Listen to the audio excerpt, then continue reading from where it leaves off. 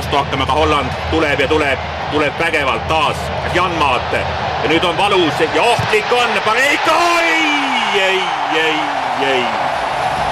Ja kes tõi värava, Van der Vaart, kui hoiab palli Hollandile, kui hoiab ja pall jääb Hollandile ja nüüd on ohtlik ja nüüd joostakse, Tõniste jõuab tagasi Lensi vastu, uuesti tsenderdus ja oi, kui vabalt sai Van Persie nüüd löögile. Väga natukene ohtlik sööt, aga jõuab Vassiljev õnneks juurde. Ja veahinnaga siin. Ja on võimalus! Ja ikka on võimalus! Ja tuleb Tšernjovile, miks ei anna söötu?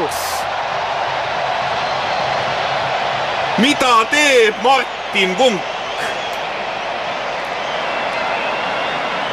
Lippu vähemalt ei paista, et oleks olnud üleval.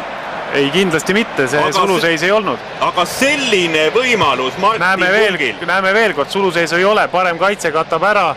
Ja mida hakkas tegema, kas tahtis üle väravavahi tõsta tõenäoliselt, aga... Siiski kõik oli õigesti tehtud, aga lihtsalt madalamat oleks pidanud lööma.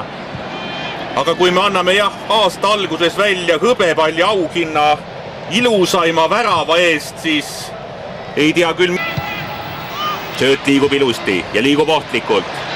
Ja nüüd on eriti ohtlik olukord taha posti ja Raapenit suudab nii palju Tõniste segada, aga veel rünnak jätkub ja peame tõdema, et tuli kolmas.